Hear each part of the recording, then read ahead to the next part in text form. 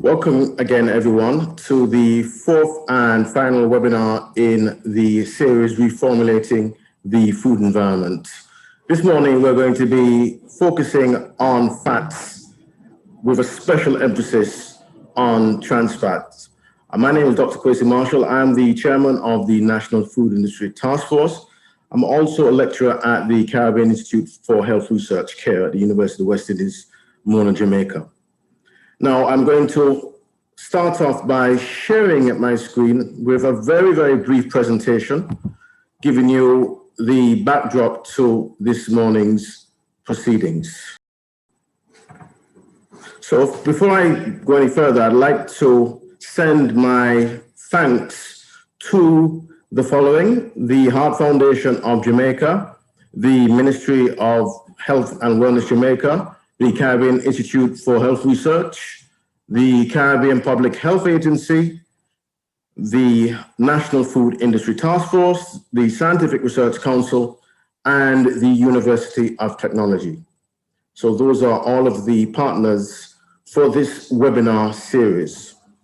I'd also like to extend my thanks to all of our participants, so to all of our attendees for our previous sessions as well as this current one, to our previous moderators and presenters, and of course our upcoming moderators, presenters, and attendees. I also want to extend my thanks to the webinar organizing committee, and a special thanks to Mr. David Miguel, who has been the chief ICT expert who has helped to make these proceedings run so smoothly. This morning, we're going to start off with a set of 4 presentations headed by Professor Fitzroy Henry, followed by Mrs. Stacey Aiken-Hemming. Then we'll have a presentation by Dr. Grace Ann Jr. And then we'll end off our presentation list with Ms. Philippa O'Connor. Now, the interesting thing about this morning's proceedings is that not only are we going to have the treat of these presentations, but we're also going to have a panel discussion following it. So we're going to extend our musings on the reformulation environment, and we're going to see how we can start to chart our way forward. So we're going to start, as I said, with a presentation from Professor Henry, looking at the removal of trans fats from Jamaica's food supply to combat NCDs. Then Mrs. Aiken-Hemmings will be presenting on functions of fats in products and factors affecting consumer acceptance. Then move on to Dr. Grace Ann Jr., who will be looking at the practical recommendations for removal of trans fats from our food supply. And then our presenters for this morning will conclude with Ms. Philippa O'Connor, who will be looking at opportunity for nutrition claims and labeling what currently exists in Jamaica and the Caribbean. Now, as I said, following that, we'll have a panel discussion. It will be moderated by Mrs. Anne-Marie Gray-Brown, and it will include yours truly, Dr. Tamu Davidson, Miss Vanetta Nurse, and Mr. Alex Johnson. And Mrs. Gray-Brown will be providing you with more information on each of the participants at the appropriate time. I'd like you all to please place in the chat information that's going to be very helpful to us as to your name and your organization. And also, I'm encouraging each and every one of you to place your questions in the chat. I really want us to have a nice, fulsome discussion involving each of our attendees, if possible. As you will see, if you look at our agenda, we will also have somewhere in the middle of the program a break, a health break, an eye break, opportunity to practice what we preach, do a little bit of exercise, get some stretching in, and then after that, continue on. And at the end, we're going to have a vote of thanks delivered by Mrs. Deborah Chen, who's the Executive Director of the Heart Foundation of Jamaica. So that's all I want to say for now. I want to thank you all for attending. I think you got a real treat in store for you. I think anybody that's already attended the webinars, hopefully you've attended all 3 of the prior webinars, will have found it particularly interesting, particularly stimulating, also full of practical hints that one can use to move forward and to create the healthier food and nutrition environment we all crave in Jamaica, and of course the broader Caribbean as well. So thank you. I'd like to now pass over to our first presentation, and that's going to be given by Professor Fitzroy Henry.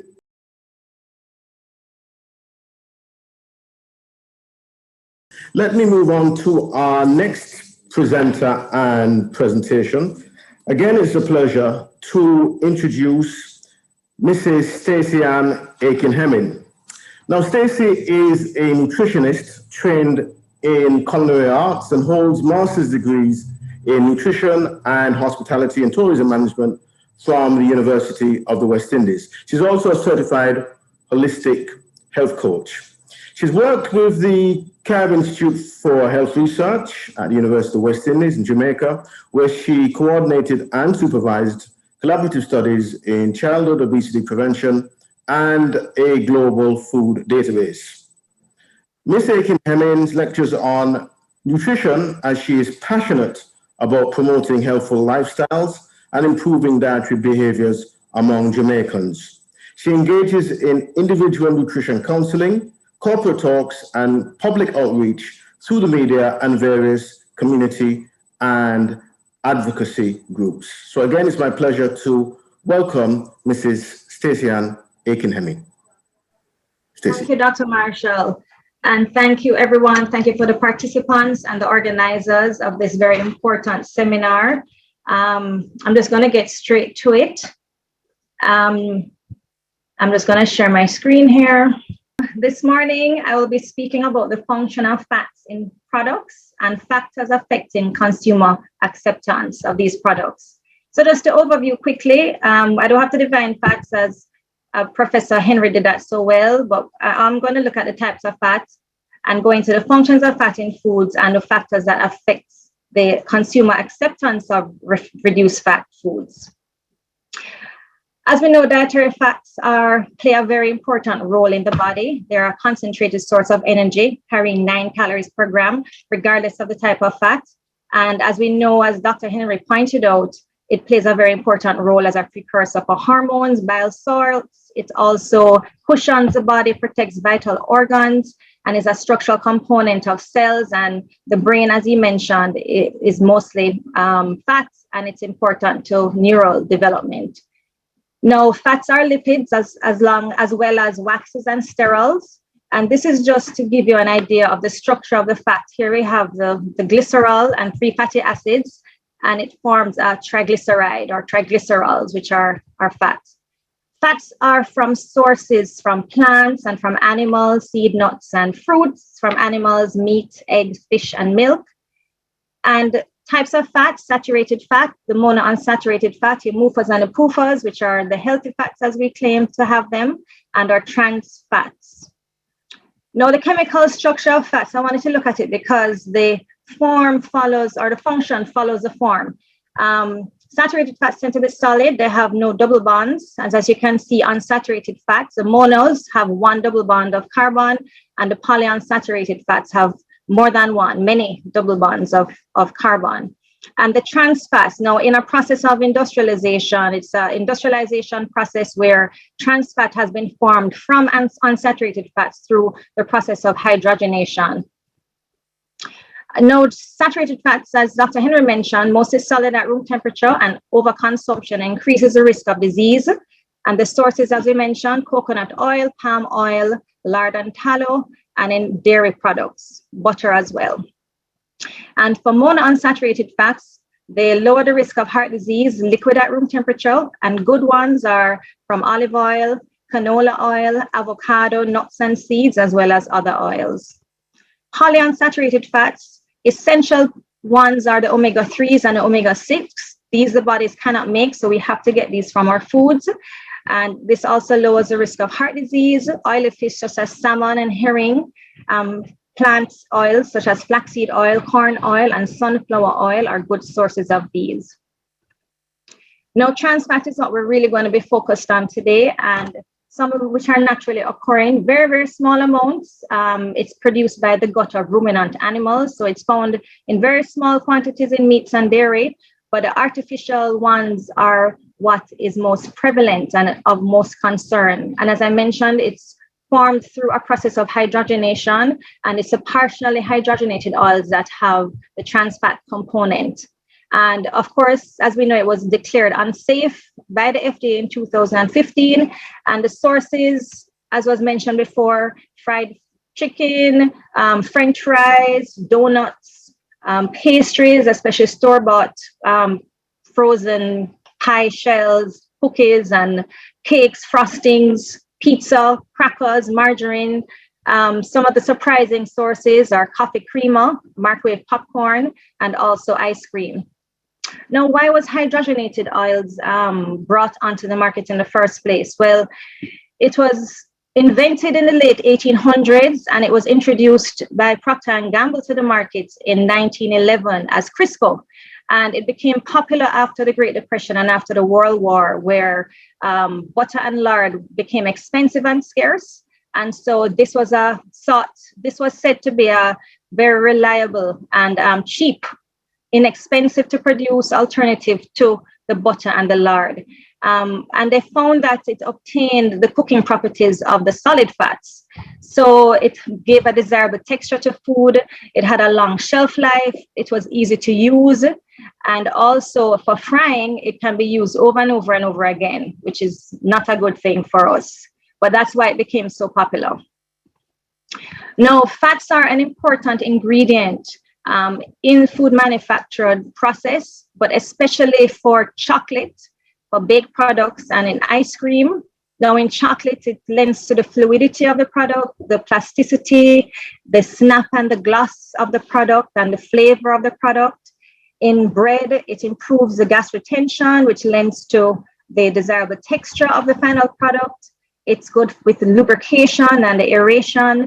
In cakes and biscuits, it is utilized for, again, the incorporation of air for softness, mouthfeel, the structure, and the other sensory properties of cakes and biscuits. And in ice cream, it promotes the flavor as it is a carrier for flavor. It is important in retaining color, texture, and mouthfeel of the product. Now, the specific functions of fats in food, we're going to just go over some of the general ones, as I mentioned before, aeration, especially as it relates to not only baked products, but for also mousses and also whipped cream, which air is incorporated. It gives that nice, well-risen structure, and it keeps this foamy stability to those products, as well as aeration in cakes and pastries, where it traps the air bubbles, causing a lightness to occur. As a shortening, of course, fats are used to separate the layers of gluten and starch in the dough, and it is important for flaky pastry, in puff pastry for biscuits. It gives that nice tender and flaky quality to food. Fats also are important for moisture retention, so it increases the shelf life of food in this regard, where foods, you don't want foods to dry out, so fats is helpful in the moisture retention. It is important for the appearance and the glossy nature of food, especially for chocolate. It gives that glossy effect. It also imparts that golden color to baked products such as breads. Plasticity, this means solid fats that do not melt quickly, so it's able to keep its structure. This is utilized in spreads. So for instance, you don't have to wait for a spread to kind of get to room temperature before it has that spreadability. So this is what lends itself to the plasticity. So combination of different fats and oils can be utilized and applied to food if you want it to have that nice spreadability quality. And fat is also a very important, it's actually a very effective way for heat transfer, which is why it's used in deep frying. And this is important because you can also control, it has this controllability factor where you can control the texture of the food. So you can have a crispy outside without changing the softness of the inside of the product. And you can get a range of textures and colors by utilizing fat in frying, which is very unique, of course. As a nutrition component, of course, it's a dense source of energy, and that is necessary for some applications. It also is a carrier, as was mentioned, for the vitamins A, D, E, and K. These are fat-soluble vitamins. And so it can enhance a product's nutritional quality. As it relates to melting point, the types of fats used determines the product's melting point. And this is an important factor as it relates to the use in chocolate, the use in making frostings and for salad dressings, of course. Depending on how liquid or solid you want the product to be, you will apply the correct fat in order to get those qualities. So it can be at the right consistency in the refrigerator or at room temperature. Fats are important parts of an emulsion, as fats and oils, as water and oil molecules are kind of forced together. Emulsions have a specific and very unique quality in that they are very flavorful. They have a very unique texture profile. It's soft. So if think of gravies, think of its application in mayonnaise, think of in cheese sauces and so on. So fats play a crucial role in those types of products.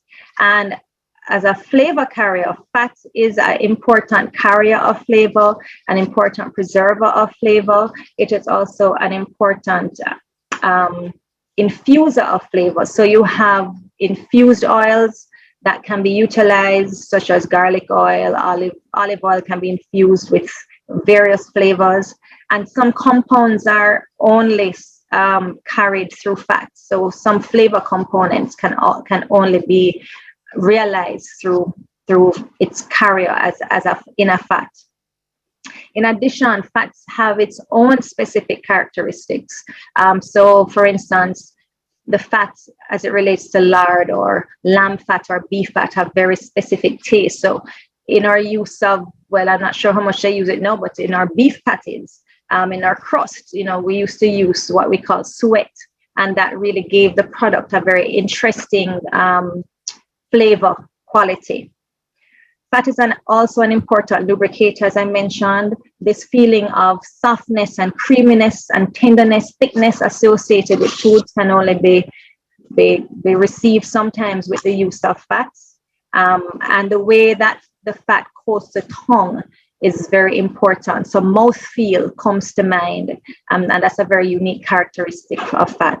Fat also lends itself to the property of satiety, which is a feeling of fullness that you get when you consume a product that is high in fat. So you feel satisfied and you feel full.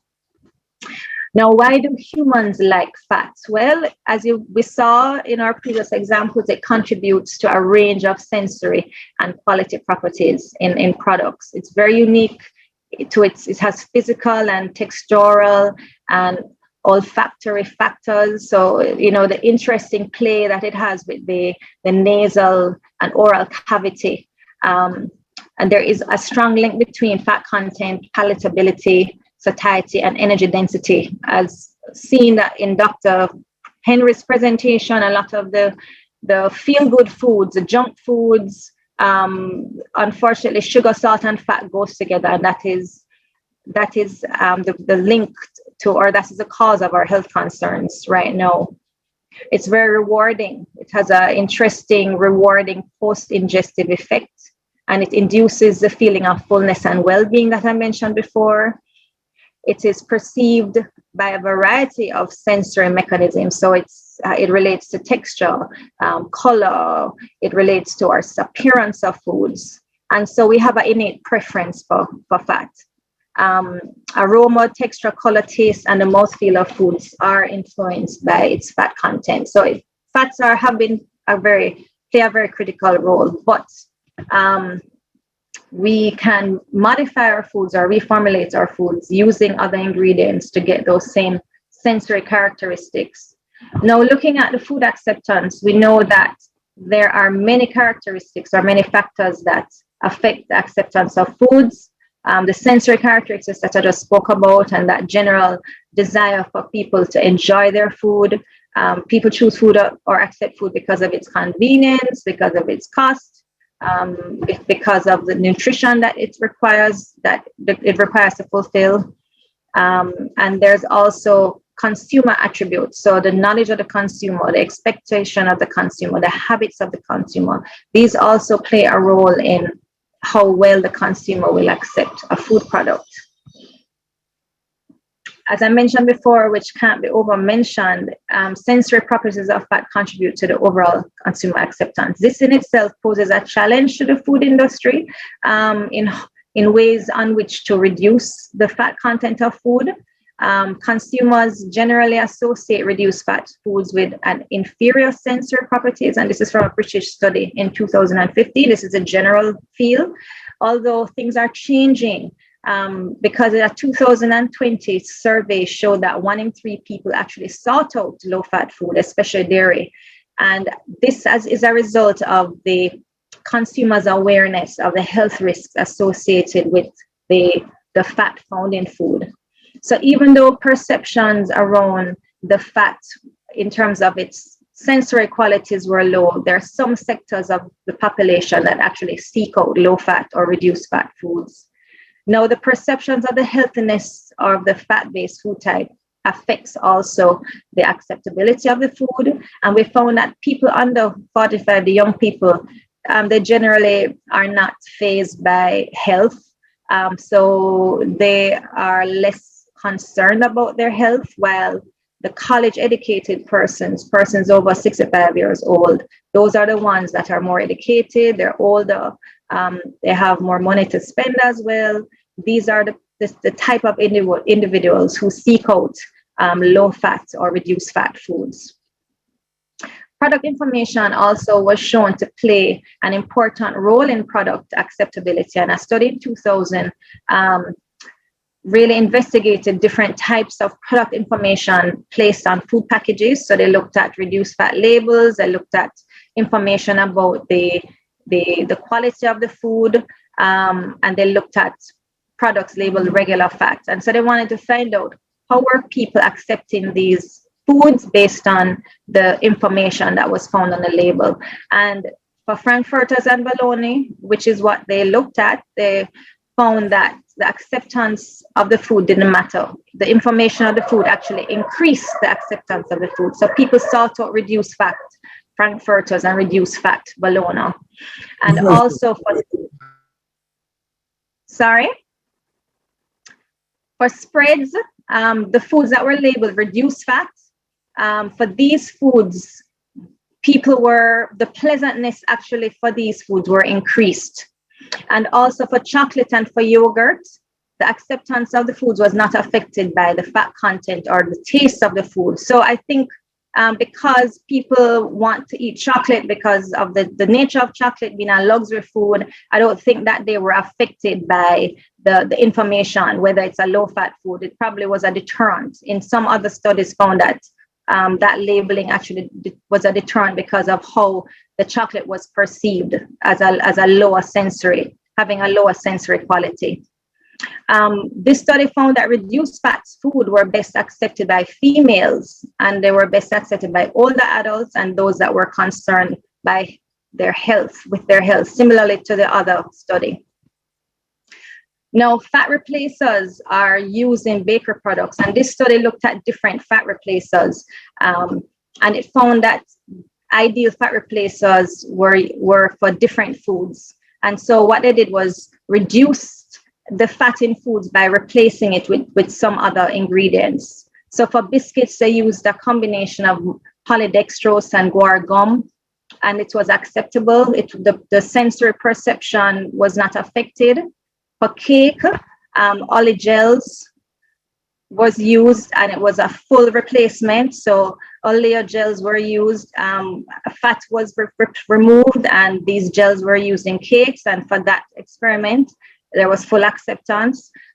For crackers, inulin was used, which is a complex carbohydrate at a 75% fat replacement rate. So the fat was reduced, inulin was introduced, and the product was also acceptable. And for biscuits, oat trim was utilized, as well as bean puree at different rates, and also the acceptability was successful. So you find that, fat replacers are as a growing importance for how to reduce the fats in food.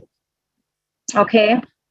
In ice cream as well, another study looked at how replacing fat or reducing the fat would affect the ice cream. And there were very minimal changes with the properties of the ice cream, and various proportions and formulations were utilized using fat as well as maltodextrin. And overall, there was a general consumer acceptance of the ice cream product, of this vanilla ice cream product. So these are just examples of how we can utilize low-fat foods and how they can be acceptable, and there's a growing acceptance of them. Now, this is just a little overview of some of the fat replacers, and these mimic the physiochemical properties of the fat.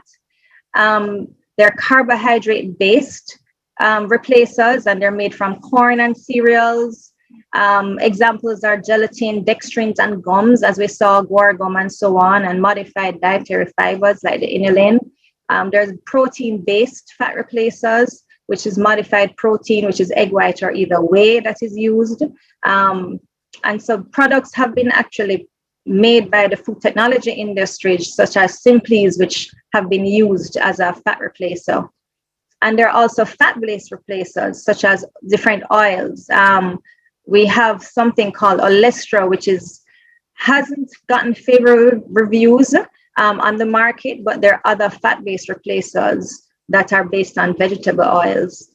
And there's also the application of whole food purees, which is a combination, or for fruits and vegetables, as we saw in the example, of bean puree was utilized as a successful fat replacer in biscuits. So legumes and cereals and vegetables, a combination, or even individually, they're utilized. So banana and avocado are important fat replacers. And so in general, you see that there's a growing acceptance of reduced fat foods. And as persons are concerned with health and well-being, they are seeking out products that have more natural replacers, and also fats that are, well, of course, reduced fat, foods that are have a reduced fat component.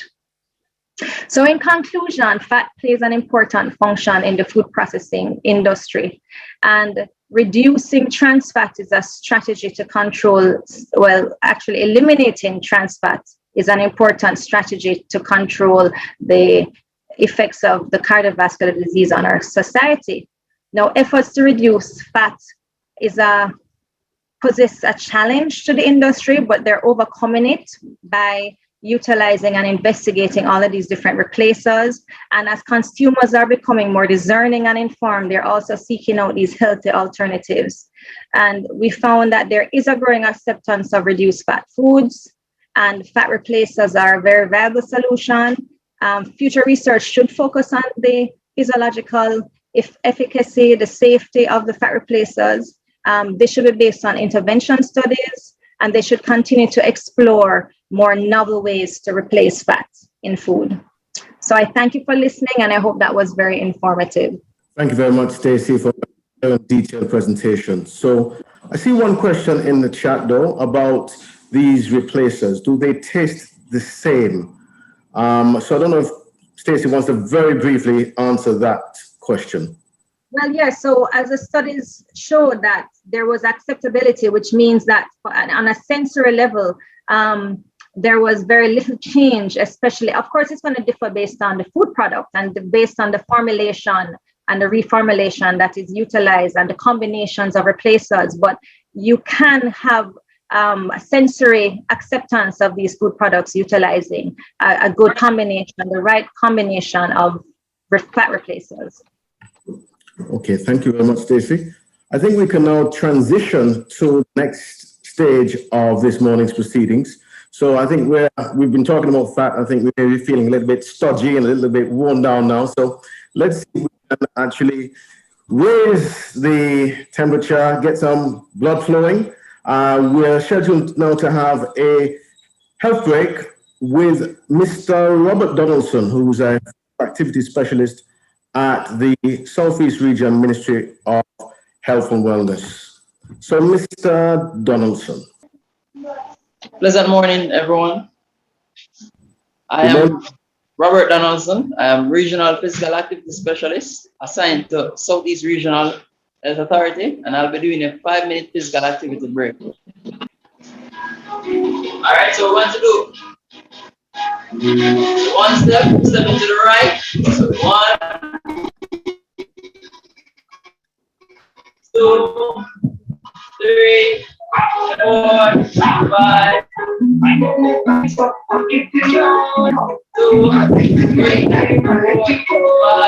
6, 7, 8, 9, 10.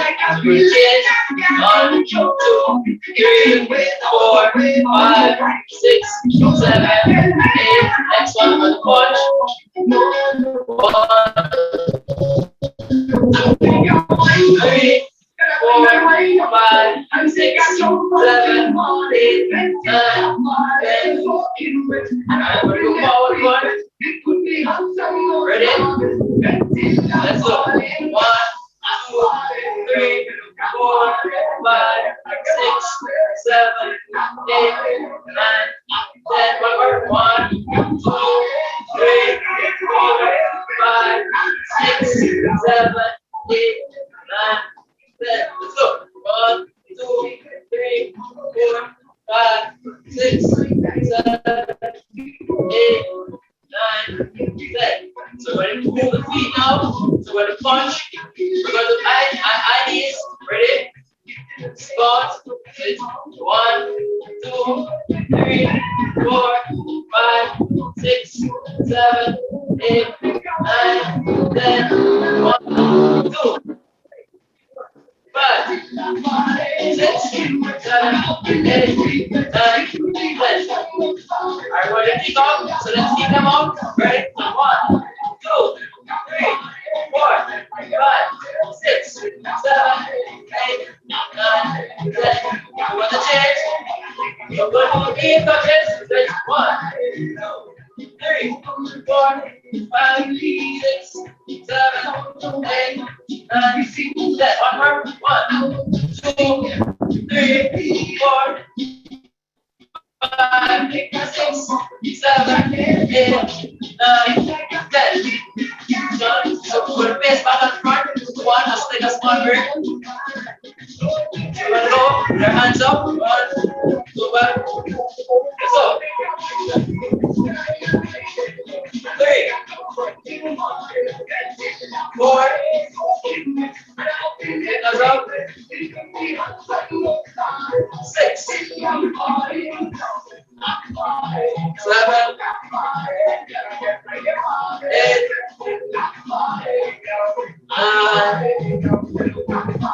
and 10. All right, put it on the spot. On the spot. All right, go.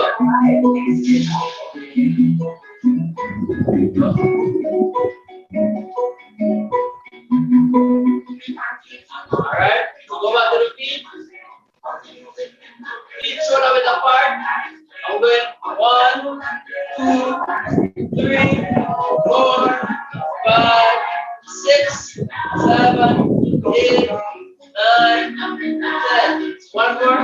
1, 2, 3, 4, 5, 6, 7, 8, 9, 10. Alright, go and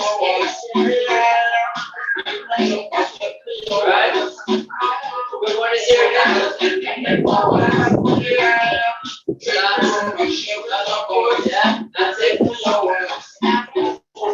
Ready? One more. Let's go. Apart together. Yes. 1, 2, 3, 4, 5, 6, 8, 9, 10, 1, 2, 3, 4, 5, 6, 7, 8, right? So we forward is 1, 2, 3, 4, 5, 6, 7, 8, 9, 10. All right, everyone. So we're going to do a small stretch to cool down. All right. So we're going to do close the fingers for me. Hands together. Close the fingers. Interlock them.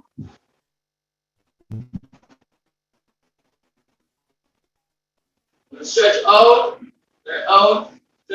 10 to 15 seconds to stretch muscles properly.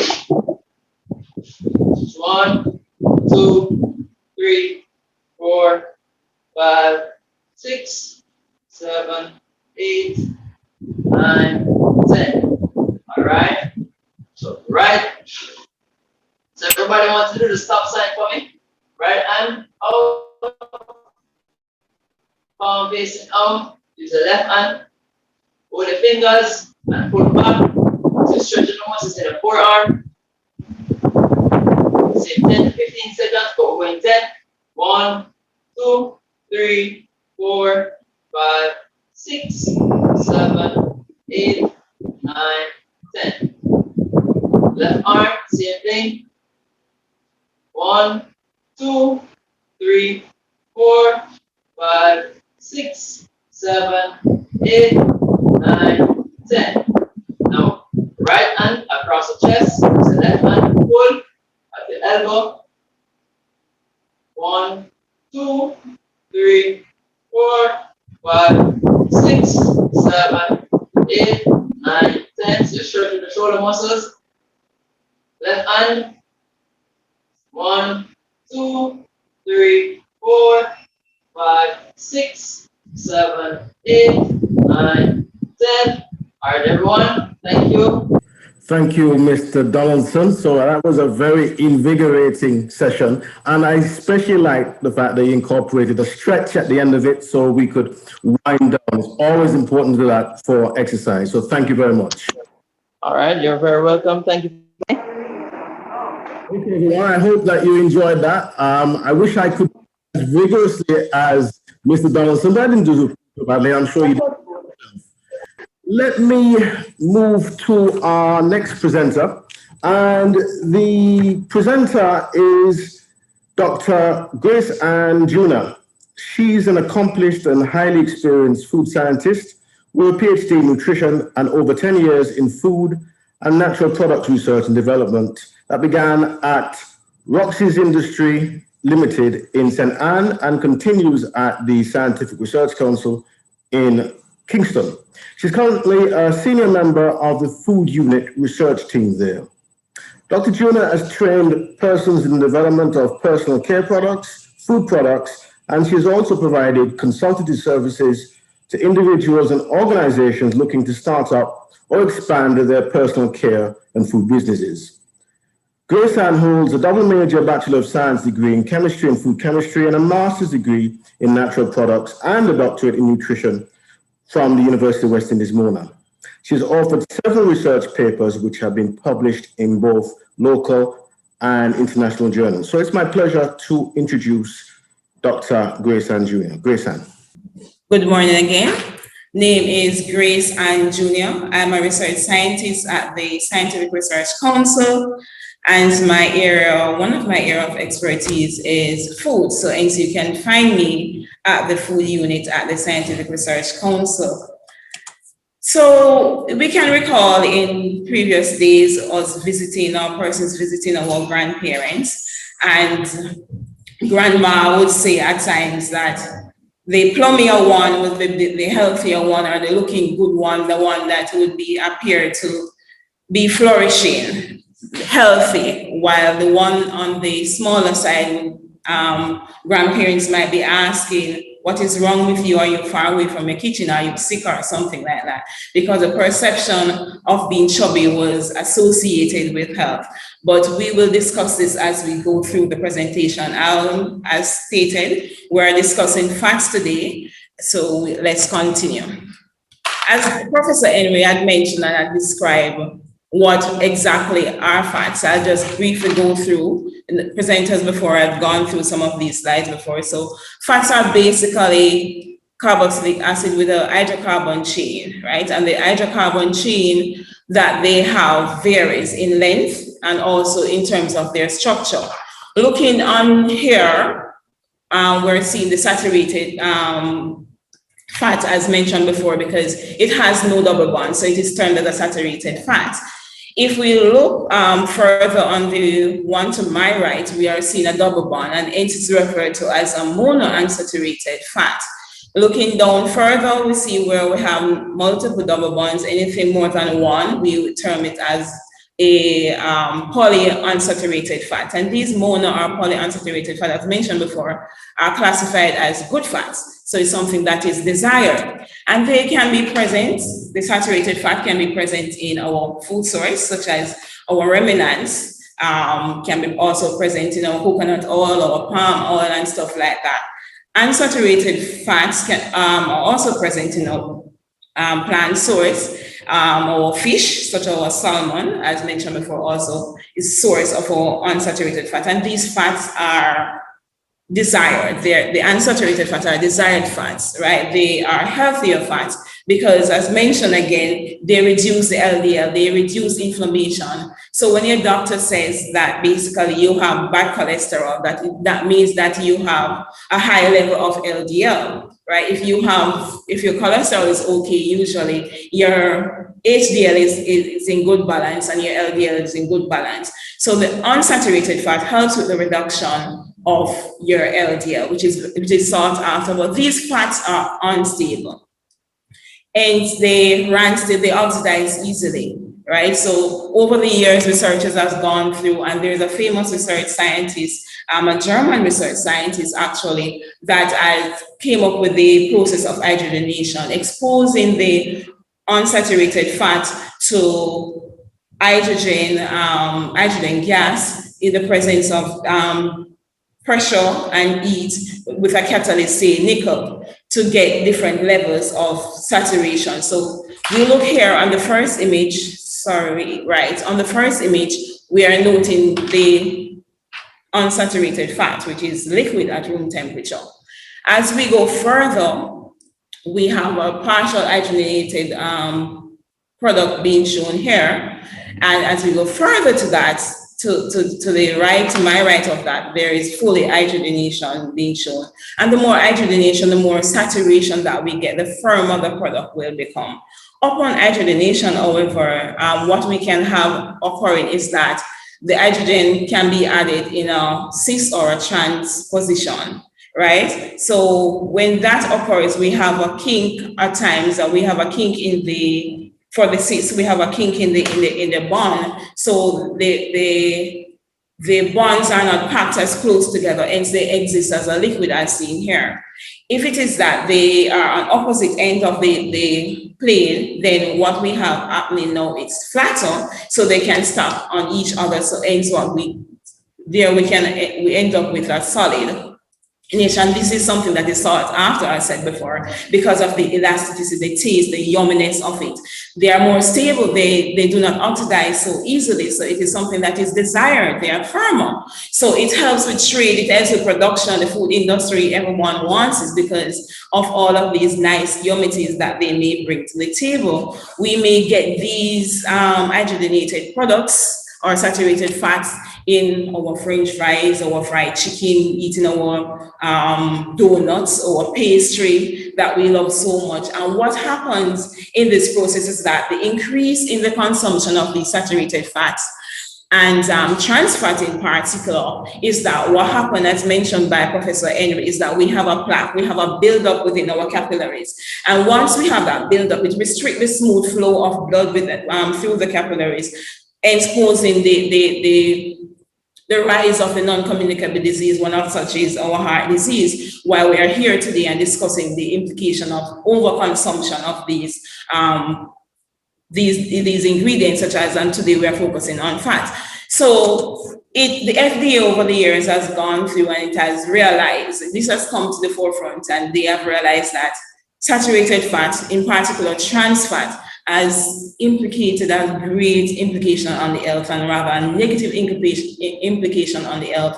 So they have decided to see if we, by 2023, if we can globally rid us of trans fat in particular, and during the interim, during the process, also to reduce the consumption of saturated fat.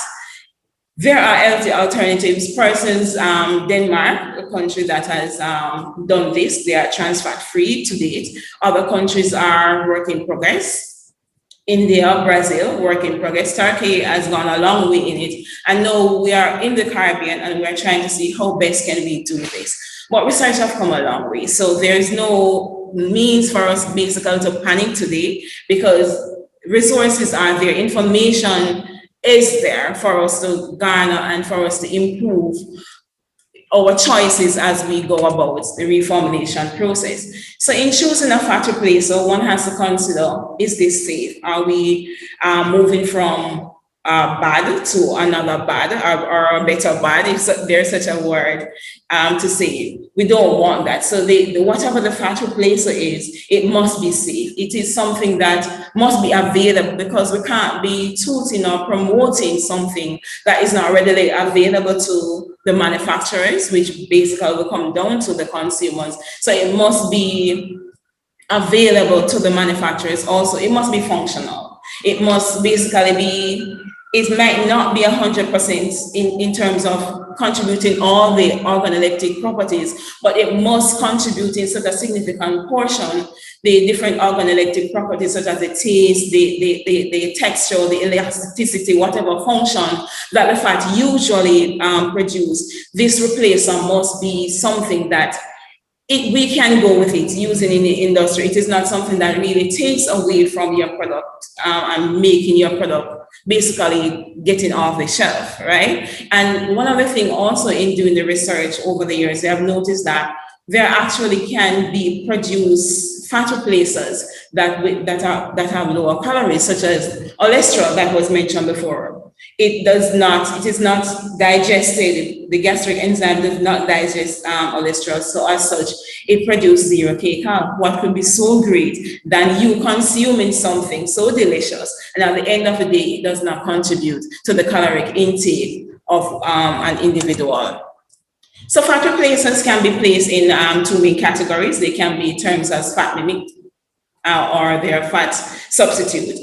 If they are mimics, they are basically, their structure is totally different from what a fat looks like. They do not have a triglyceride chain. They do not have a carboxylic end. The structure is totally different. So these are like our carbohydrate source, our protein source.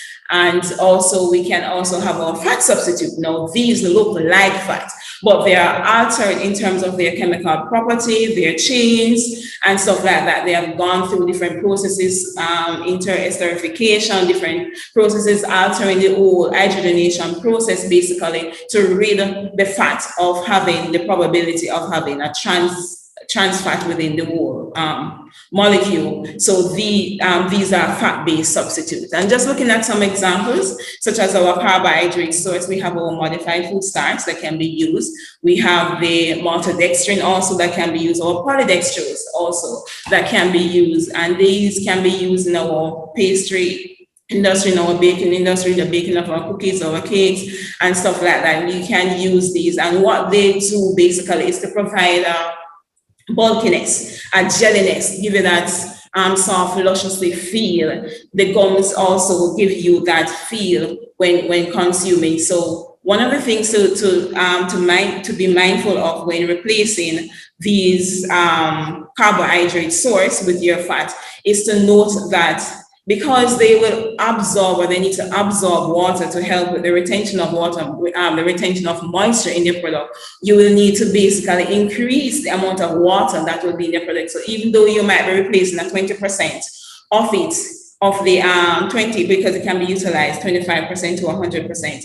Even though you're replacing 25% of it with your fat, you may have to, you will have to increase the amount of liquid, the amount of water in the product, basically to help for you not to face with the different drawbacks per se. I heard that question was asked if the fat replacers, if they bring all the attributes back to your product, and it is that all of the attributes may not be brought back to the product, but it's significant enough that it can be used as a replacer for the customer or the consumer not to identify, or for it not to be something detrimental.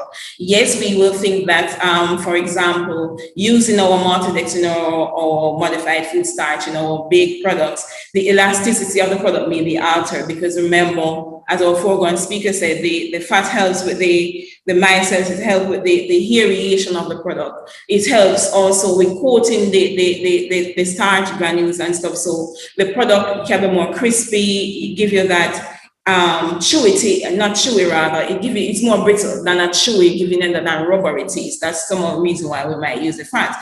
So in doing that, we might have to compensate on different things. For example, if the dough might not rise as it usually would. So in, say, your formulation, you usually use a 0.01% of leavening agent, you will use a 0.012%, basically to get you back in line, to get back your product to where it normally was prior to you substituting your fat, right? Another example is our protein source that we can use, and the microparticulates protein can be used, and these can be used in our frozen desserts, our ice cream, our yogurts and stuff like that. It's not suitable to be used in the frying industry because, as I say, it's protein, and we know, and we should know that protein coagulates upon heat. So it's not suitable in that industry, but it is suitable in using in our cold industry.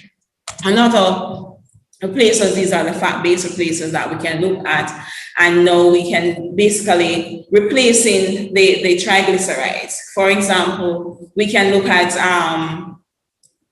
going through our blending in our baking industry. Again, we are focusing a lot on our baking industry. In our baking industry, again, we can blend. For example, you have your usual shortening that you use in our baking industry. You can substitute or replace a portion of the shortening with your palm oil, which is a good oil. It contains unsaturated fat, so it's a good oil. At times, persons might, or in recent studies or investigation, has shown that doing a full replacement with your palm oil or your sunflower seed oil, that the end product, the cookie at the end of the day is greasy. So what researchers have realized is that if they mix the oils, they will end up with a better product. Or if they use, say, 50-50 palm oil to your shortening, you will get a better product at the end of the day. So it's all has to do with you going in and you doing a different tweaking and research to know what you want, what the end product will be, and how basically to manipulate. It's and I say it's encouraged now for us to use our unprocessed oil, our canola oil, even our coconut oil that we it's because of the medium chains, it's passed through the system, so it's something that can be added also using our butter instead of oils, because the butter again contains a mixture of the saturated, unsaturated, and stuff instead of, as opposed to the pure saturation or pure saturated oil. Also available we can use is trans fat-free oils. It is available, and it is available locally. We have a company locally, the Caribbean Company Limited in Jamaica, that sells trans fat-free oil. So it's not that it's not available. The cost of it might be a different, might be 25% or so more than what Mr. Henry class as the bad oils. Professor Henry, sorry, will class as the bad oils, but it is available, and we encourage, and this is a forum for us to encourage us manufacturers and to sensitize the wider public to go read our labels and to purchase the better oils. Another fat replacer that is produced through interesterification is the capernate, and can be substituted by 100%. It has similar characteristics as that of a cocoa butter. It's stable, it provides elasticity, and it is produced basically by combining different triglyceride chains from, say, your plant source such as coconut and palm oil, and combining that to give you a product that is safe and is good and healthier than what we are normally accustomed to. Salatrin is also another example of a fat replacer that has been that can be used, and these can be used also not just in the baking industry, but they can also be used in the confectionery industry, use it to coat chocolates and stuff like that, right? They have a good they are stable, right, which is desired.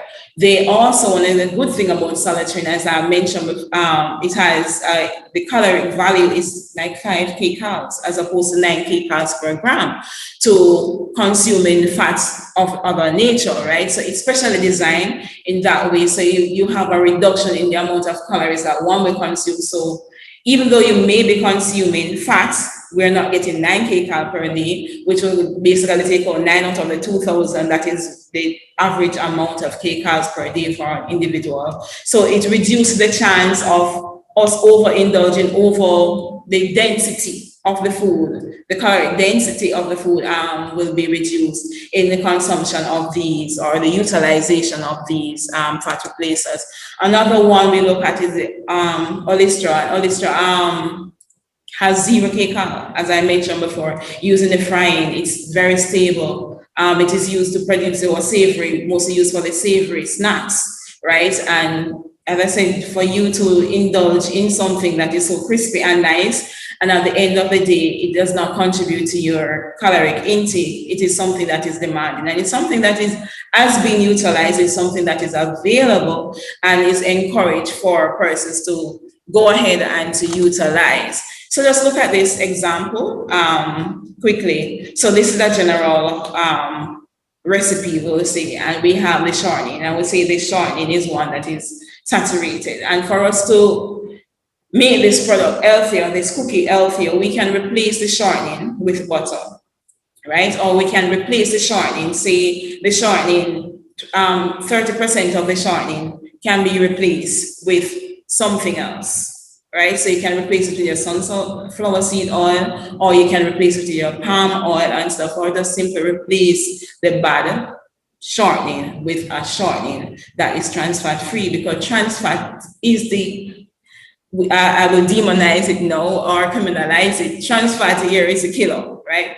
So this is what we are, not that fat is not bad, but to the extent of the two, we are going more, we're targeting more for the trans fat. So we can get these fats, and we encourage them. These are just some examples of products that utilizes the different fat replacers or different snacks that we indulge in on a daily basis. So just for closing, just to look at, we can produce, and for us to maintain a good heart health, there are certain steps that we can follow. There are certain, such as we can look at we can look at our whole household methods, right? It just basically how we cook our product, or we prepare our meals. We can bake.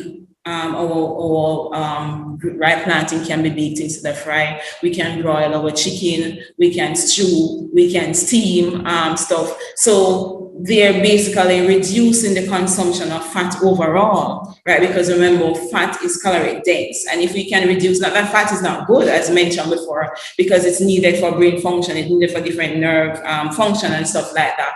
But we are overindulging, and that's the issue, and that's why we are here today, to reduce the consumption of fat so that we can be healthier. Another thing that we can also do is to choose healthier fats. Instead of using the saturated fat or purely saturated fat, we can do a blend. We can do a combination of fat. We can use our canola oil instead of fully saturated or partially hydrogenated oil. And once we see that term partially hydrogenated, it's a red flag, and it should strike a red flag to us, right? That this is unhealthy, and the likelihood of trans fat being present is high.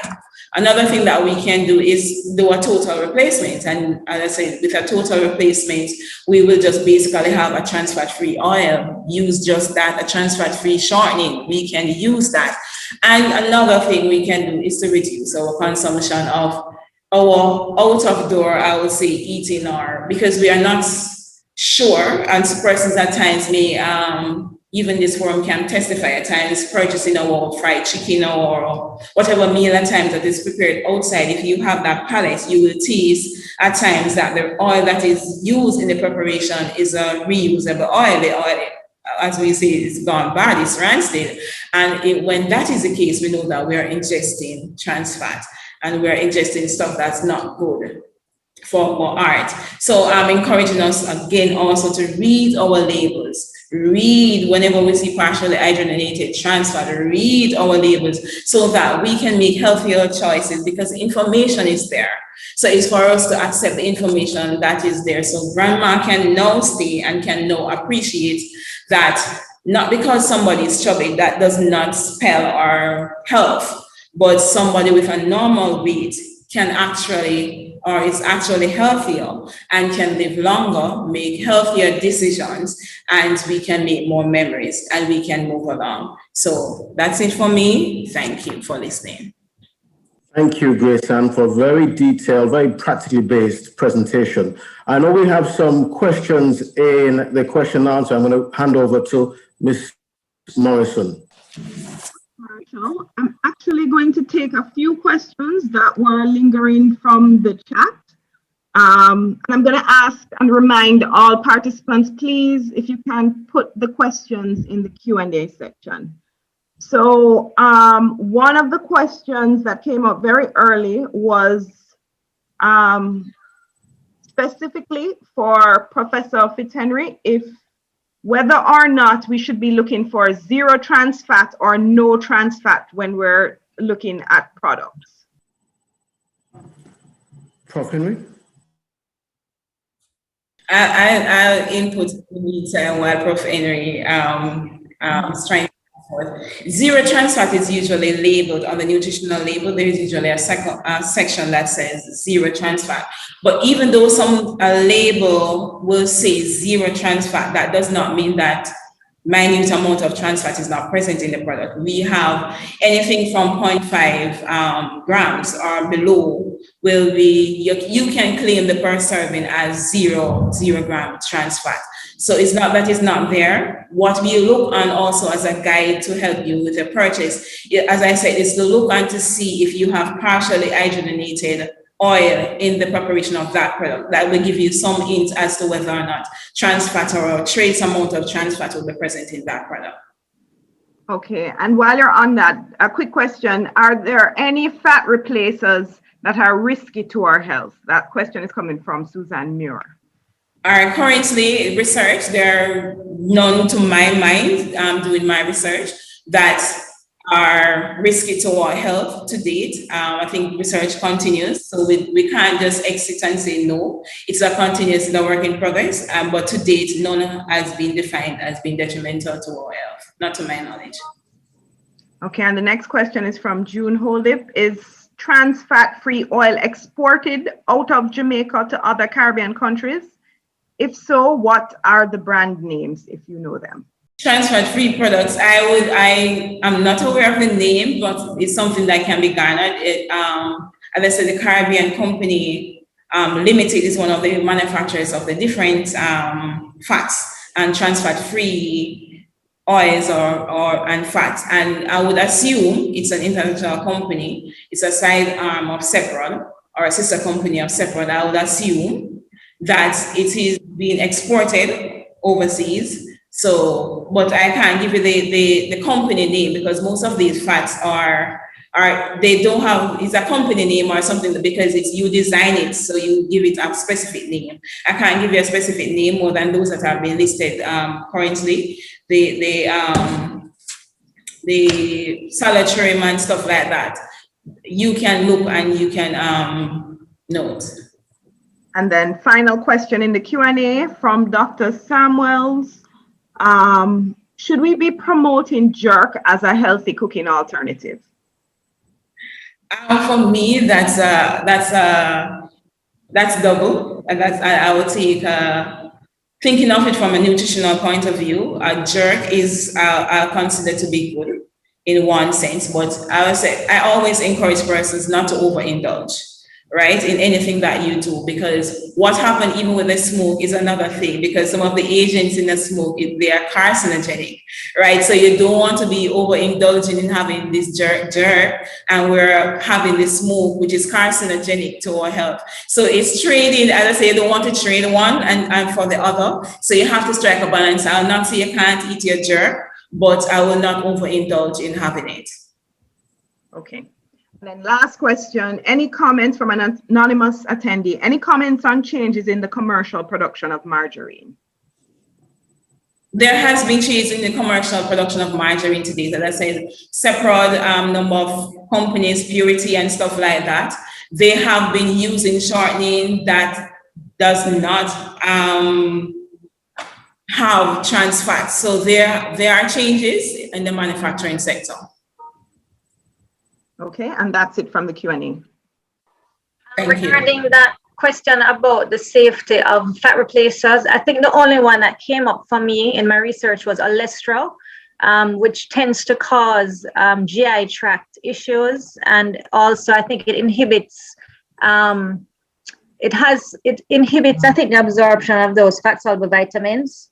So I'm not sure how much it's used now, but I remember alistair being in a lot of products, but I think they're probably using it less now as a fat replacer. I don't know if Grace-Ann can know of that. No, I don't. So thanks for that enlightening. Thanks, Stacey. I did see another question by Dr. Thompson talking about insulin resistance. Could you, if you have the opportunity, just elaborate on that very, very briefly for me? That's Dr. Thompson, or? Yes. Dr. Thompson asked the question about for those fat replacers, is that a potential problem when you use them? Is it the problem? I'm not aware of it being a problem. I'm aware that it is also used. It's a protein, it can be used in our yogurts and stuff like that. I'm not aware that there's an issue with it. So if somebody's aware of that, they can divulge. Okay, because I'm not aware myself. I think it's a strategy actually used for diabetics as a strategy to reduce the saturated fats. So I don't know if they'd use it as a strategy if there are any negative effects. I don't think there is any negative effect on insulin, but that's something that we can look into more. But I know it's been used as a strategy for diabetics. I think you're absolutely right. I think there's no evidence to support that yet, but again, it may just be a question of we don't have the body of evidence yet. So I guess that's probably potential area of future research. Again, very informative presentation. Thank you, Grace-Ann. And I think we're already seeing some of the areas in which we want to maybe do some more research, and also to see where the opportunities are when it comes to reformulation, where we really want to focus our main efforts. So again, thanks again for that. Let me move to the last of our presentations for this morning. It's actually a presentation to be given by Ms. Philippa O'Connor, who's a Senior Standards Officer at the Bureau of Standards Jamaica. Philippa is a meticulously detailed and organized quality professional with over 8 years' experience in standards development, conformity assessment, and technical regulations. Ms. O'Connor possesses a BSc in dietetics nutrition and manages the national discussions regarding nutrition and front of package labeling. So it's my pleasure to introduce Ms. Philippa O'Connor. Philippa. Thank you so much, Dr. Marshall, for the introduction. Good morning, everyone. Okay, so I'll be making a very brief presentation this morning on opportunity for nutrition claims and labeling, what currently exists in Jamaica and the Caribbean. I don't need to reintroduce myself. My name is Philippa O'Connor, and I'm from the Bureau of Standards, Jamaica. So the content of this presentation, I'll be taking a look at the definitions for nutrition claims and nutrition labeling. I'll also be taking a look at existing regulations for nutrition labeling in Jamaica, nutrition labeling and nutrition claims in Jamaica and the Caribbean, the benefits of nutrition claims and labeling to the consumers, the industry, and the government. So I have a very lovely pictorial here giving different examples of nutrition claims. There's fiber rich, baked, not fried, no preservatives, no MSG, 100% trans fat free, high protein, no added colors, and light. So what are nutrition claims? They are any representation which states, suggests, or implies that a food has particular nutritional properties, including but not limited to the energy value and to the content of protein, fat, and carbohydrates, as well as the content of vitamins and minerals. Nutritional labeling. Nutritional labeling can be defined as a listing of the level of nutrients as displayed on the food label, and it is meant to provide factual information about the nutritional content of the product. Slide.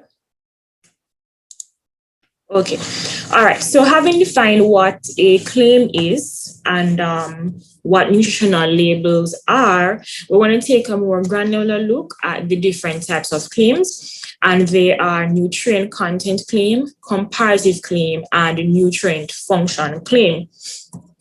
So what is a nutrient content claim? It describes the level of a nutrient contained in food. So for example, it's a good source of calcium, and as my picture here represents, it's high in fiber or it's low in fat. So what it pretty much does, it tells you about the level of a nutrient in the food. A comparative claim, it compares the nutrient levels and or energy value of two or more foods. So for example, my tomato ketchup that I have here, previously, say, the bottle would have had 100 grams sugar. And so in doing some form of reformulation, the sugar would have been reduced. So in comparison to the original ketchup, we've done some reformulation and it now has less sugar. So it would be titled reduced. So it reduced, less than, fewer, increased, or more than. For the nutrient function claim, it describes the physiological role of the nutrient in growth, development, and normal functions of the body. And as I have an example here, it says that DHA omega-3 supports brain health. And that would be an example of a nutrient function claim. So it tells us what is the role of this nutrient in growth and development.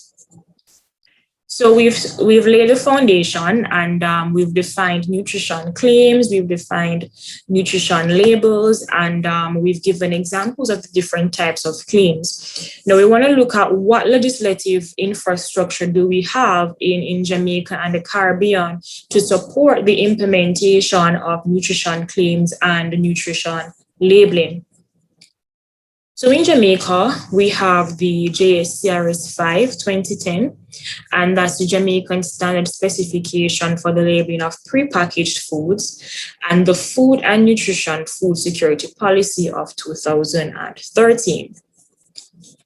The JSCRS 5 2010, it's the local standard for the labeling of prepackaged foods. So every manufactured food product in Jamaica has to comply, every prepackaged food product, has to comply with the requirements of JSCRS 5. And for those who are not familiar with the standards writing process, the nomenclature JSCRS 5 pretty much means that CRS is originally a CARICOM regional standard and JS Jamaican standard. So it implies that it's a regional standard that has been adopted and it's being enforced by Jamaica. And the 5 is just the name, the standard number, and 2010 is the year that it was originally prepared and promulgated. So within the JSCRS 5 standard, there are different provisions for the use of claims, and that is captured in Annex A. Now, currently in Jamaica and in the CARICOM region, nutritional labeling is optional. And this simply means that at this particular point in time, putting on a nutritional facts panel on your food product is not mandatory. The CRS5, however, states that where a claim is made on the food product, then it must be supported by a nutritional label. And I will elaborate a little bit more further on in the presentation as to what will be coming on stream shortly regarding nutritional labeling and the possible enforcement. The standard CRS5 is currently mandatory, as I had alluded to earlier. So that simply means that every product, every prepackaged food that is manufactured in Jamaica and by extension in CARICOM has to comply with the requirements of CRS5.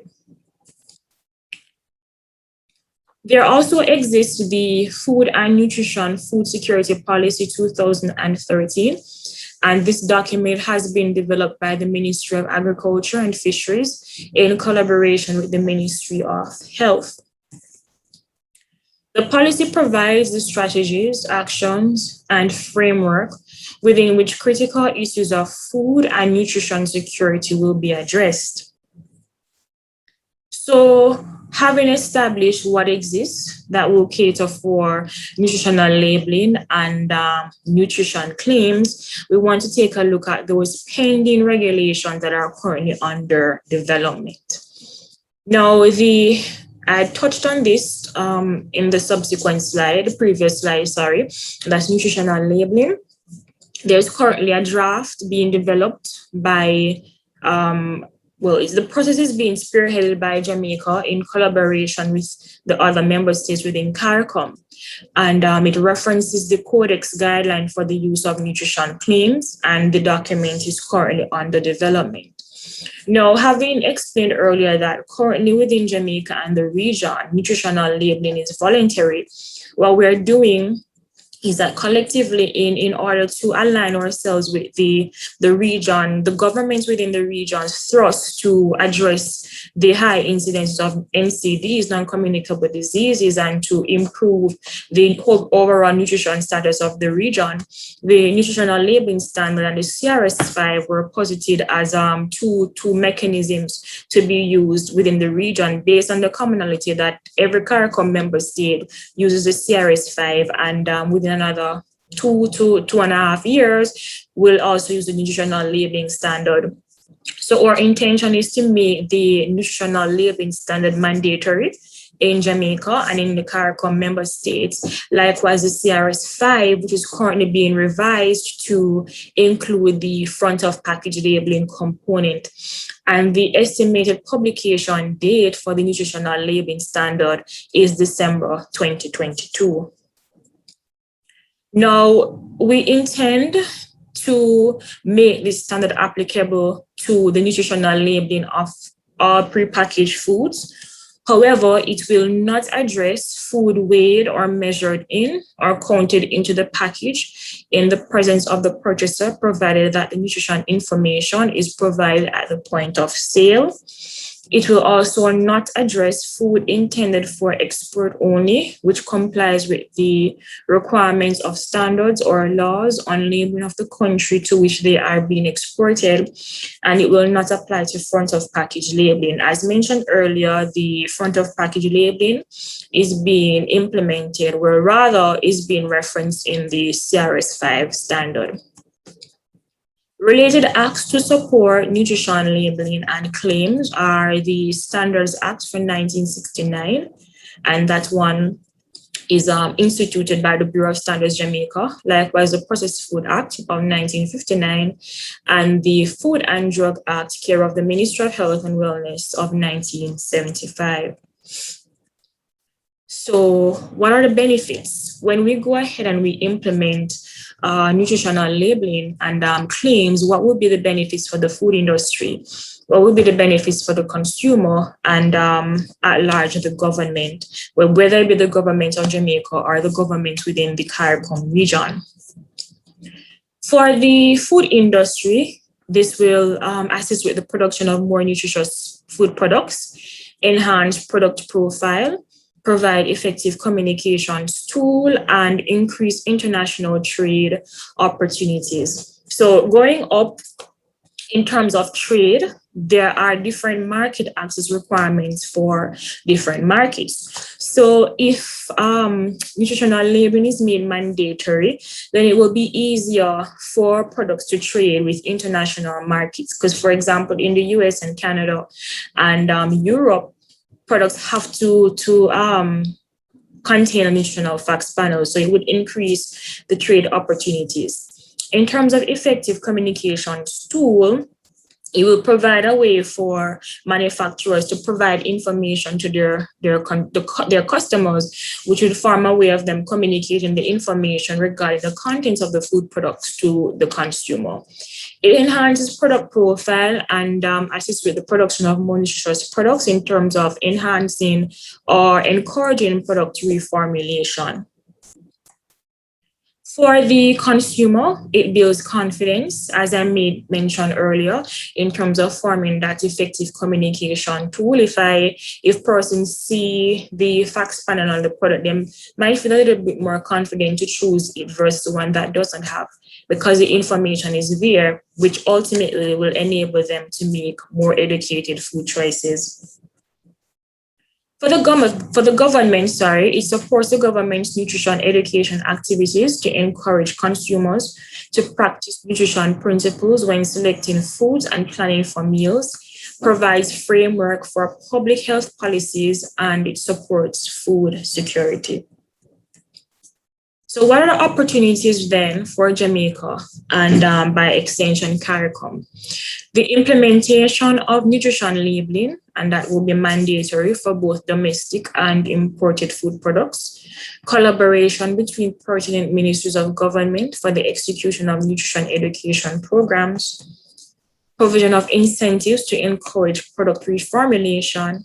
And ultimately, better health, less pressure on the medical infrastructure.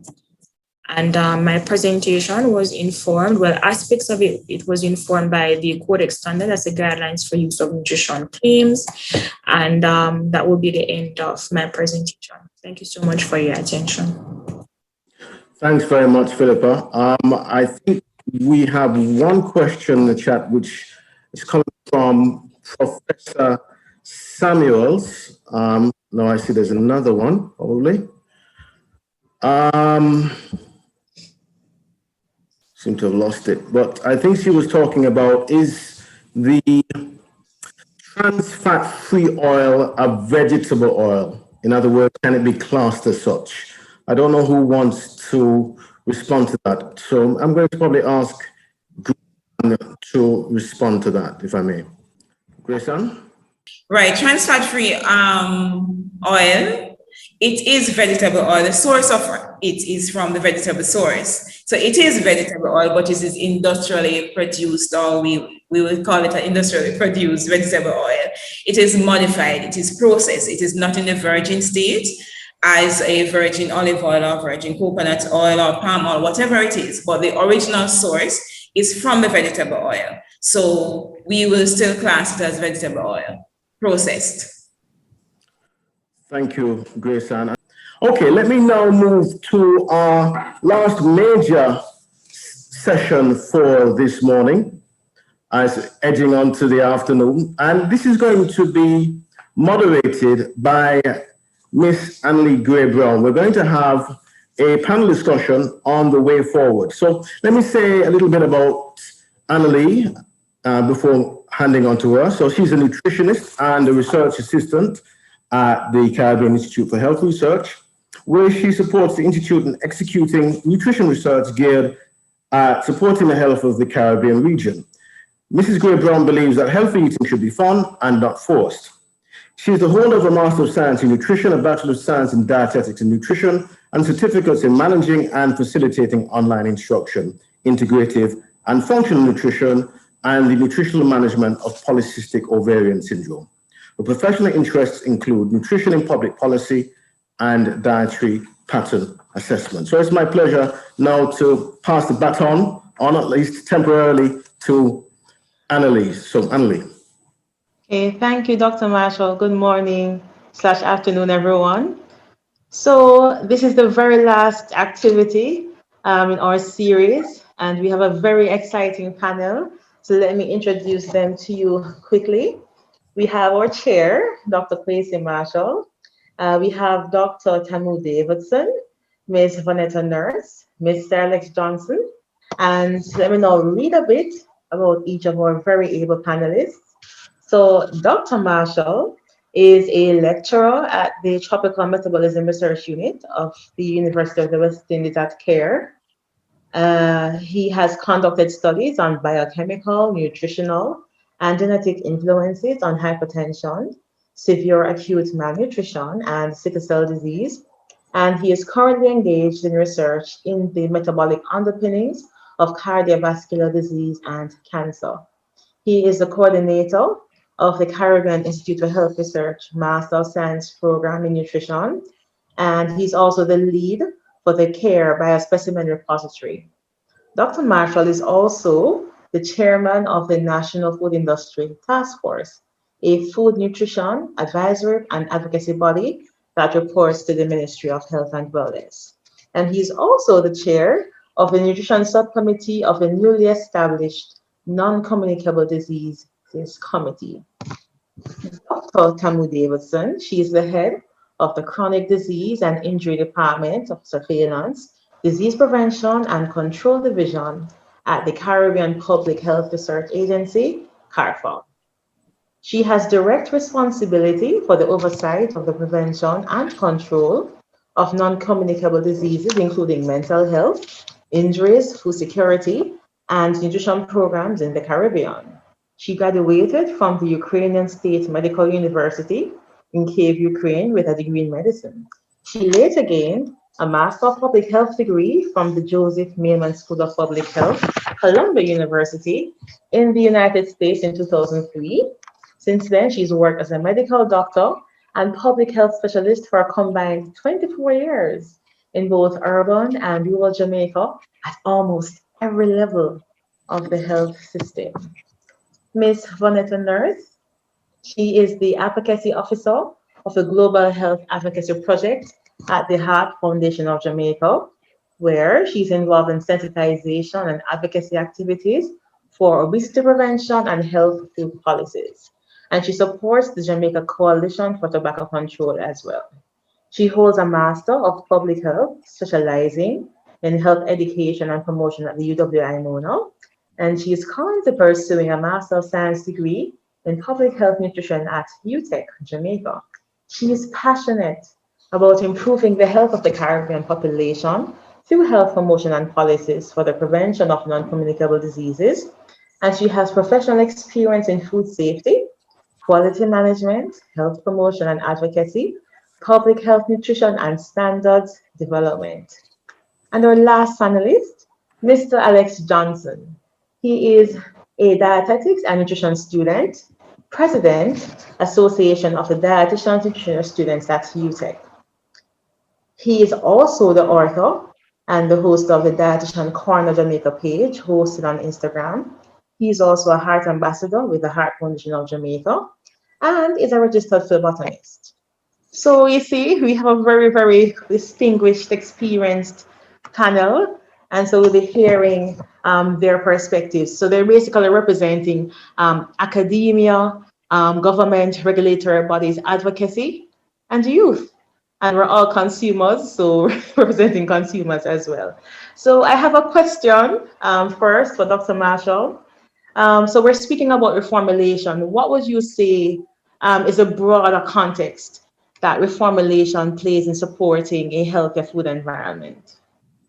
Yeah, thank you, Annalie, for giving me that opportunity. So I think we've really covered a lot of important bases over the last 4 sessions, looking at reformulation today in fats, previously looked at salts and sugars. So reformulation is a major plank of how we want to reshape our food environment. But there are other measures that can be used to complement it. So you've already mentioned that I'm chairman of the task force, and one of the main things that the task force wants to do is to, as best we can, harmonize these measures so that we get the most effective means of reshaping the food environment. So, as has been mentioned previously this morning, we have, for example, front of package labeling as one of our main thrusts, and we're particularly keen to see the introduction of a robust labeling system in Jamaica, one which is based on the so-called high-end or octagonal labeling system. So that's one measure.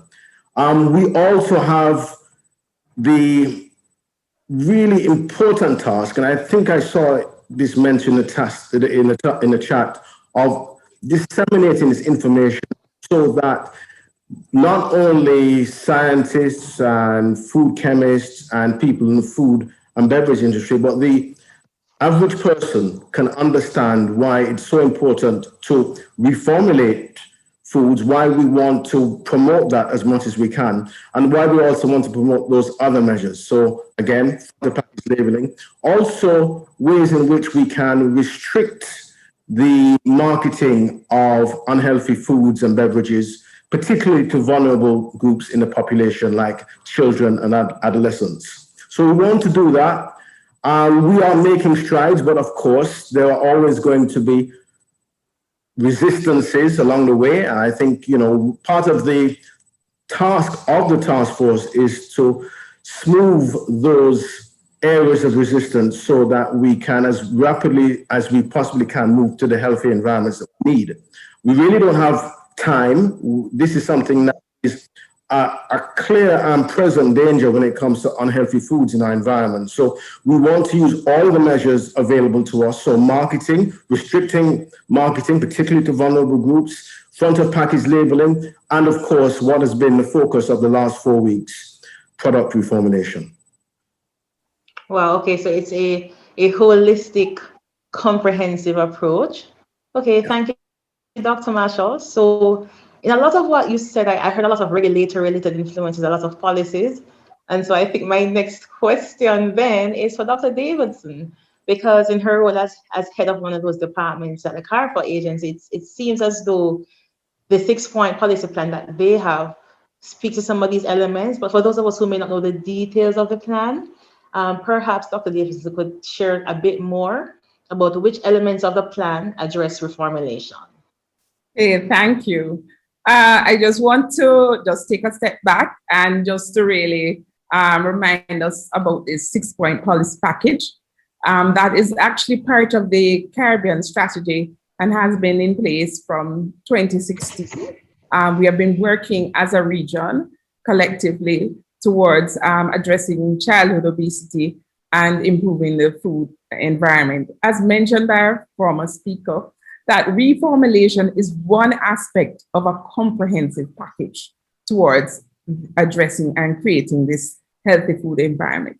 So the package, 6-point policy package, addresses food labeling, which we have covered in many of the presentations throughout, because that's critical component to it. But in food labeling, you also have to have reformulation. So that is one of the points. So that's looking at the nutritional quality of the food supply. We also, as a part of this package, look at the nutritional standards in schools. And so we will have technical guidance coming out on that. And then we look at trade and fiscal policies. And then we look at the food chain incentives. So all of these are speakers right throughout all the successive webinars have been touching on. And so the main one for reformulation is really looking at the nutritional quality of the food supply. And specifically, a part of that strategy is looking at the banning of trans fat or the elimination of trans fat from the food supply as a critical policy intervention, along with also supporting, and that should be supported through enactment of legislation, but also including advocacy work, training, engaging with the food supply chain right throughout, engaging with vendors, engaging with restaurateurs, engaging with manufacturers. So we have to work together. This is really a collective action that we need to work together in order to effect. And it has to be multi-pronged, as mentioned earlier by Dr. Marshall. So this is what the 6-point policy package offers. Just to say, all of this is part of that regional approach to really getting towards the healthy food environment. And we're working with several partners throughout the region, including our CARICOM institutions. Our member states are leading on this process, and also the Pan American Health Organization and WHO and FAO and other partners. Well, thank you, Dr. Davidson. So it's very comprehensive. The plans are there. The implementation has started, which includes the policies. So just to get these policies implemented, and if it's taking too long, then we have advocates to help to move us along.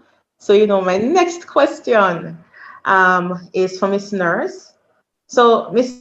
Nurse, I know of your advocacy work at the Heart Foundation of Jamaica. What do you think at this stage in the process, what do you think is really needed?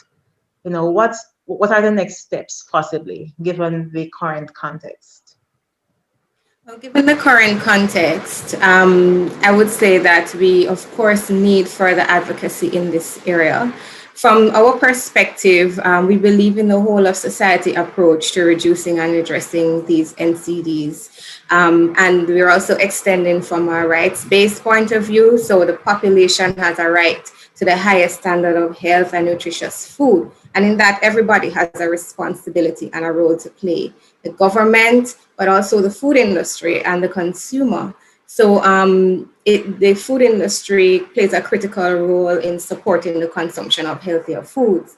And reformulation falls in line with this, providing those choices in the food environment for our consumers to have access, for them to be available, so that we can change some dietary patterns. Reformulation supports our other food policies. Dr. Marshall and Dr. Davidson would have mentioned nutrition labeling, school food policies as well. In the case, for example, interim guidelines for beverages in schools that requires a certain limit of sugar. This has a double benefit in that the children will have the lower sugar options, and the manufacturers would, in lowering their sugar products, be able to provide their products in the schools. So the overall goal would be a healthier population, healthier, more productive Jamaican population and consumer. And of course, we have, as NGOs, a key role to play going forward in terms of supporting government policies and reformulation efforts. Consumer education, because as some of the presenters would have mentioned, there needs to be acceptability of reformulated foods. And that's where education and sensitization really comes along to highlight the positive effect of these foods. And from that point of view, we are here to support and provide that kind of information. And of course, calling on the private sector to provide these healthier options and monitoring their impact as well. Thank you, Ms. Nurse. There is something you said just now which I quite liked. You spoke about the food industry providing healthier options. And then once these options meet the criteria, then it can be sold in schools. So it sounds like there's a possibility for a win-win, create a healthy option and then get good business. So I hope that, our industry partners understand that it's really collaborative. It's not a fight. It's like, how can we work together? You make money, we stay healthy, we live long, everybody has a good life. Okay. So Mr. Johnson, you are the youngest of the panelists. You are a nutrition leader. You are a future nutrition professional. You have your own social media page where you're sharing information. What is your perspective? I mean, you've heard a lot. What is your vision for Jamaica? What kind of Jamaica do you want to grow up in? Are you thinking you want to see specific things in supermarkets, in the media? Like, what are your expectations going forward with this discussion? All right, good afternoon, everyone.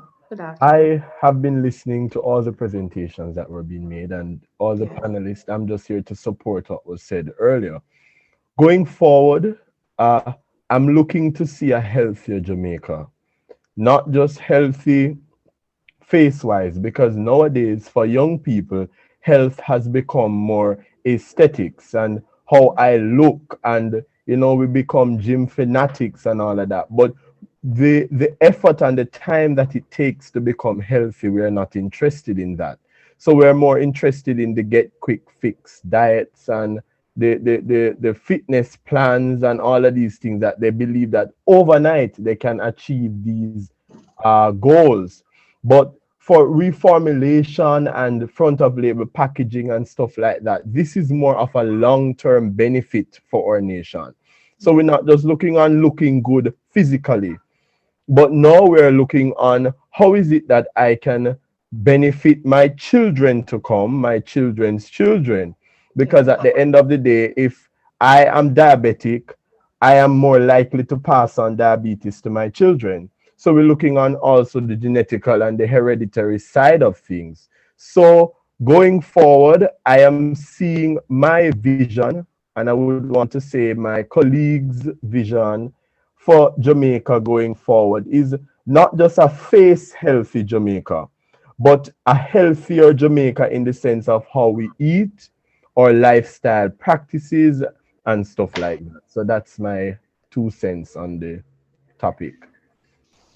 Okay, thank you. Now, I'm not seeing any questions in the chat, so I have another question which I'll ask, and I'll put it to the panelists. If you are an attendee and you're listening in and you have a question, please do post it. So let me see.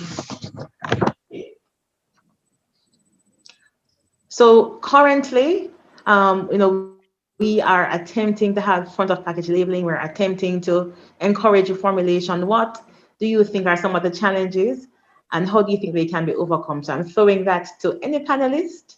You can feel free to have fun and respond. You ask a very pertinent question given where we are at the moment. So we don't have enough time for me to go into the detail I'd like, but I think what I would want all of us to do, so everyone has a stake in their own health, their individual health, and we should all be interested in the public health, whether that's in Jamaica or the broader Caribbean, as Dr. Davidson would want to emphasize. So I would really want everyone to look at the scientific evidence. So that's one of the first things. There's a lot of evidence. And also to realize that we're not really in a position to think small because of the burden of the health crises facing the Caribbean. We need to think big, and we need to really move as rapidly as possible in implementing these measures.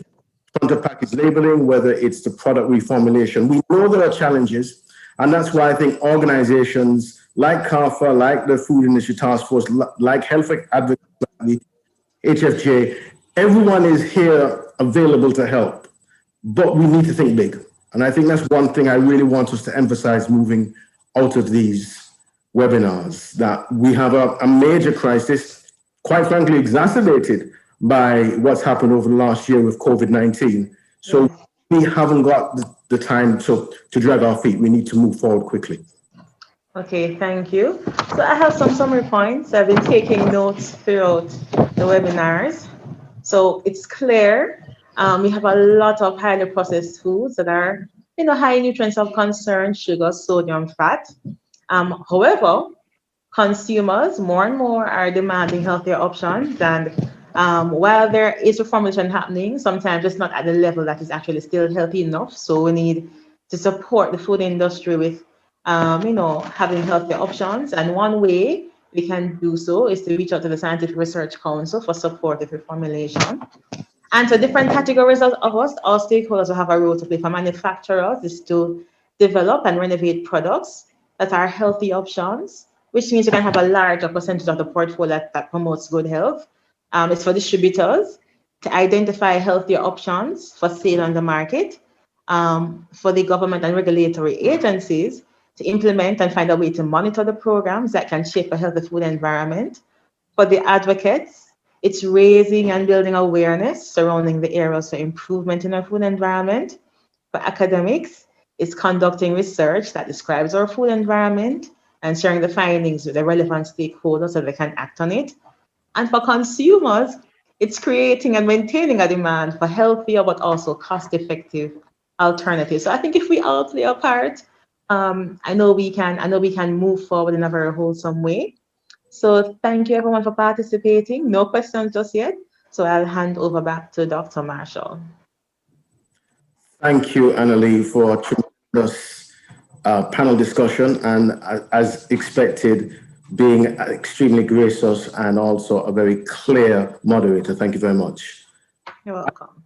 We are about to end our proceedings, not only for this webinar, but for the entire webinar series. I want to again thank everybody who's been involved, the attendees, the participants, the people who have been involved in organizing matters. And I want to end by passing over now to Mrs. Deborah Chen, who is the Executive Director of the Heart Foundation of Jamaica, to give her vote of thanks. Mrs. Chen. Thanks very much, Dr. Marshall. Can you hear me? Yes, I can. Okay, good.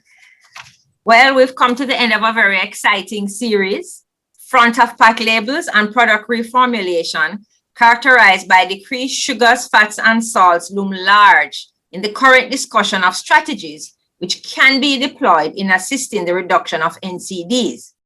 The Heart Foundation of Jamaica would like to thank the National Food Industry Task Force, the Ministry of Health and Wellness, the Caribbean Institute for Health Research, the Caribbean Public Health Agency, the Scientific Research Council, University of Technology, and the Bureau of Standards Jamaica. These 90-minute sessions over the past 4 Wednesday mornings sought to provide participants on the public health benefits to be derived from reducing the contents of these nutrients in food and beverage processing, and the benefits to be obtained by existing and potential manufacturers when they do so. We greatly appreciate the assistance of the chairs, Dr. Simone Spence, Dr. Vanessa White-Barrow, Dr. Susan Suarez-Winter, and Dr. Kwesi Marshall for taking time for their very busy schedules to preside over these sessions and for making them stimulating for all our participants. Thanks to all the presenters for providing such enlightening information on the importance, reasons, challenges, and urgent need to provide our food environment for the health and productivity of the region. Thanks also to the physical activity specialists representing the Ministry of Health and Wellness for providing those healthy breaks and giving tips on exercises that we can do at the workplace. And a big thank you to all of you, the participants who have stayed with us, especially those who have stayed for all the sessions, especially the manufacturers who joined us from across the Caribbean, and some were actually from Europe. You are well placed to make a big difference in improving health. On an average, we had about 80 participants per webinar, and are happy to note that some small manufacturers who joined us found the sessions informative and useful. We are currently receiving permission from all the presenters so that we'll be able to put this on our YouTube channel. We expect to have this done within the upcoming week, and we will notify you by email when this is available. And thanks finally to the planning committee, the team at the Heart Foundation, for making this webinar series a success that it has been. Thank you very much, Dr. Marshall. Thank you very much, Mrs. Chen. Thank you all attendees, all participants, not only for today's session, but for the previous sessions. Thanks to the organizing committee. Thanks again to Mr. Miguel.